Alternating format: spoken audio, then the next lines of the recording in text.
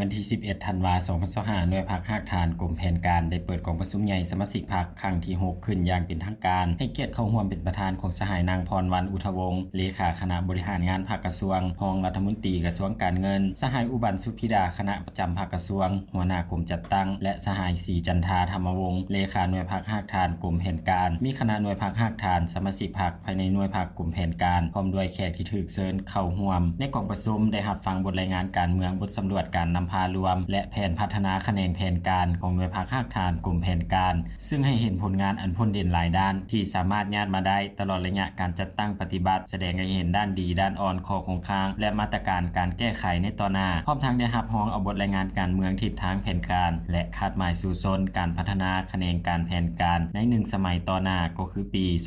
2026-2030 จากนั้นบรรดาสหายสมาชิกหน่วยพรรคหากฐานกรมแผนการได้พร้อมกันใช้สิทธิประชาธิปไตยของตนปอนบัตรคัดเลือกเอาคณะพรรคสุดใหม่บนพื้นฐานหลักการรวมศูนย์ประชาธิปไตยถูกต้องสอดคล้องกับมาตรฐานเงื่อนไขที่กำหนดไว้จำนวน5สหายและกองประชุมครั้งปฐมฤกษ์ของหน่วยพรรคหากฐานกรมแผนการเป็นเอกสารเลือกเอาสหายศรีจันทาธรรมวงศ์เป็นเลขาหน่วยพรรคสหายอุราสมจันทร์วงศ์เป็นรองเลขาหน่วยพรรคประธานกวดกาพรรคสหายกรุณานันทวงศ์ดวงศรีเป็นกรรมการหน่วยพรรคสหายปอจันทพรวงศ์ไซเป็นกรรมการหน่วยพรรคสหายสมไซธรรมพาสเป็นกรรมการหน่วยพรรคโอกาสนี้สหายนางพรวรรณอุทวงศ์รองเลขาคณะบริหารงานพรรครองรัฐมนตรีกระทรวงการเงินได้แสดงความสมเสยต่อการนำพาชี้นำของคณะหน่วยพรรคที่ได้นำพาสมาชิกพรรคพนักงานภายในหน่วยพรรคปฏิบัติหน้าที่การเมืองของตนงานได้ผลงานและผลสำเร็จหลายด้านพร้อมกันนั้นสหายยังได้เรียกร้องให้คณะหน่วยพรรคหากฐานกรมแผนการต้องได้สืบต่อนำพาปรับปรุงแก้ไขจุดอ่อนข้อคงค้างและเน้นหนักคณะหน่วยพรรคสุดใหม่